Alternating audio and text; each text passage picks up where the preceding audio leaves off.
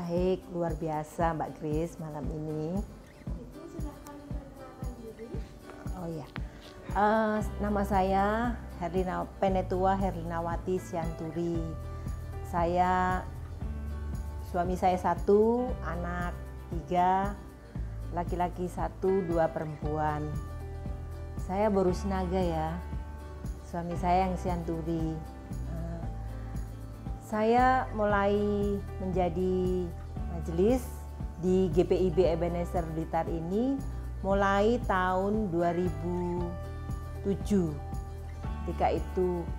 Waktu itu pendetanya Pendeta Yosef Aeng. Sebenarnya yang terpilih itu bukan saya. Suara terbanyak justru di Pak Sianturi. Tapi beliaunya tidak bersedia karena mungkin kesibukan di kantor. Dan saya persis suaranya ada di bawah Pak Sianturi. Jadi Pak Pendeta Yosef Aeng datang ke rumah, menanyakan kepada saya bagaimana Ibu, apakah Ibu siap? Saya siap Pak Pendeta. Jadi mulai tahun 2007 sampai sekarang Mbak Grace.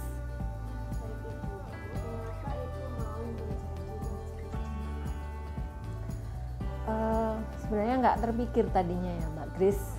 Sebenarnya saya waktu pindah dari sini tahun 2005, sekitar 2 tahun saya menjadi jemaat GPIB Ebenezer Blitar.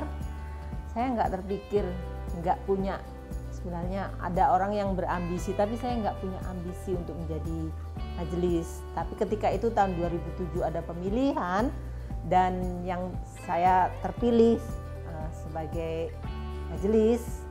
Kebetulan Pak Pendeta juga datang ke rumah menanyakan bagaimana kesiapannya. Saya bilang saya siap Pak Pendeta, karena kalau kita sudah dipilih Tuhan, kita tidak boleh lari, karena Tuhan sudah pilih kita, harus kita jalani. Yakin dan percaya Tuhan punya rencana yang indah di dalam kehidupan saya pribadi.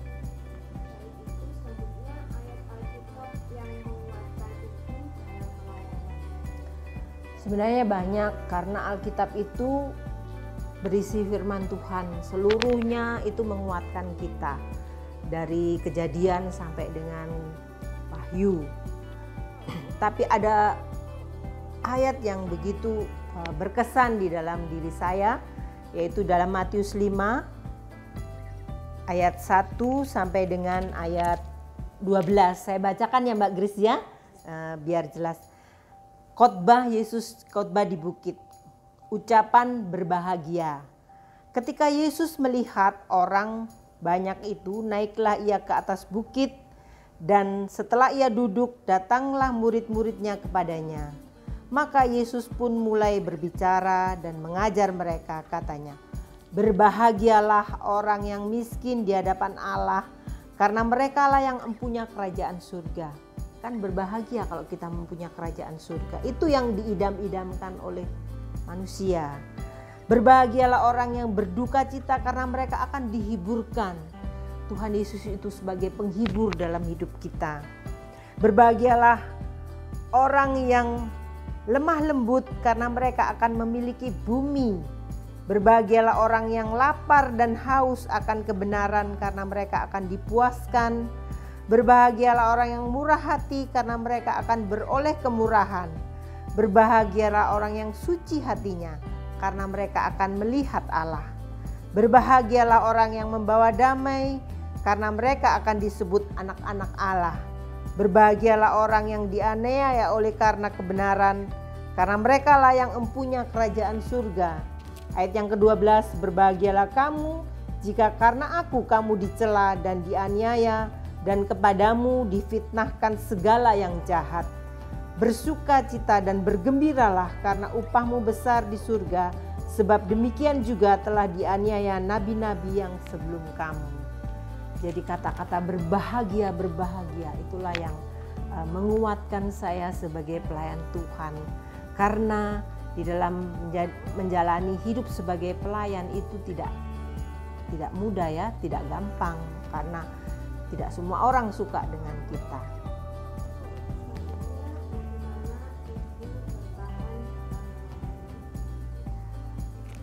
Saya bertahan di dalam pelayanan ini itu semua karena kasih karunia Tuhan.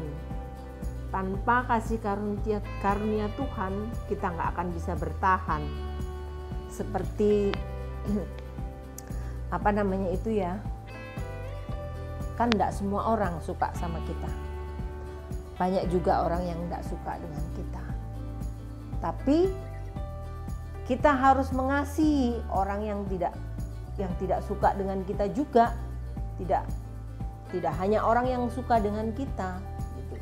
Dan kenapa kok saya bisa bertahan? Yaitu tadi, karena Tuhan yang memberikan kekuatan di dalam hidup saya. Karena hambatan itu tidak hanya datang dari luar, tetapi dalam keluarga pun itu terkadang banyak juga hambatannya, Mbak Grace.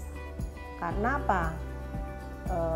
Kalau contohnya aja lah, kalau saya terlalu lama ikut kunjungan gitu, pulang sampai rumah terkadang suami sudah cemberut, anak-anak kadang-kadang ngomel, kok mama ini keluar terus gitu. Nah, terus ketika hari Minggu itu justru bukan merupakan jam yang atau hari-hari yang santai buat saya.